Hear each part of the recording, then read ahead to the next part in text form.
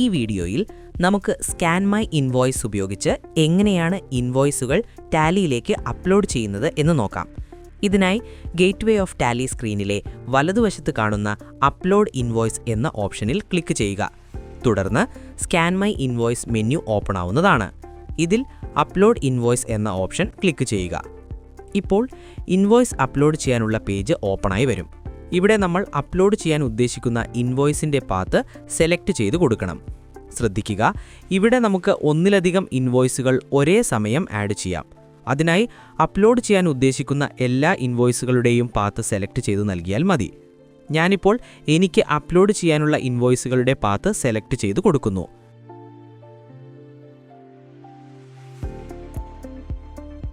എല്ലാം പൂർത്തിയാക്കിയ ശേഷം എൻഡ് ലിസ്റ്റ് നൽകുക. അതിനുശേഷം ആക്സെപ്റ്റ് എന്നത് യെസ് കൊടുക്കുക. ഇപ്പോൾ നിങ്ങൾക്ക് കാണാൻ സാധിക്കും നമ്മുടെ ഇൻവോയ്സുകൾ വിജയകരമായി അപ്ലോഡ് ആയിട്ടുണ്ട്. ഇങ്ങനെയാണ് നമ്മൾ ഇൻവോയ്സുകൾ അപ്ലോഡ് ചെയ്യേണ്ടത്.